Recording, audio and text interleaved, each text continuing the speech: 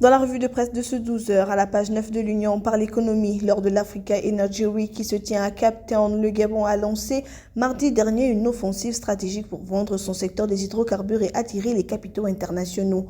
Représenté par son ministre du pétrole et du gaz, Sostène Nguema, le pays a mis sur la table un double objectif, une réforme structurelle attractive et la promotion agressive du potentiel de son bassin sédimentaire, lit-on chez le confrère.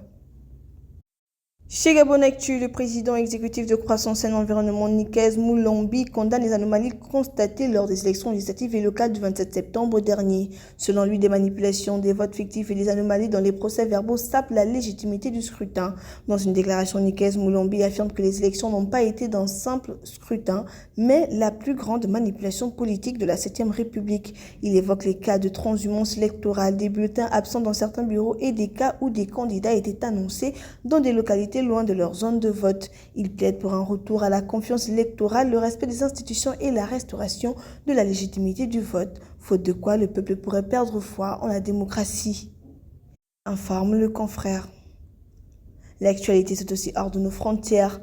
En Guinée, à la veille de la célébration du 65e anniversaire de l'indépendance de la Guinée, le président de la transition, le général Mamadi Doumbouya, a prononcé un discours appelant à l'unité nationale et à la consolidation de la souveraineté économique du pays. Le chef de l'État a rappelé le choix courageux fait par les pères fondateurs le 2 octobre 1958 en privilégiant la liberté et la dignité, valeurs qui, selon lui, doivent continuer d'inspirer la nation.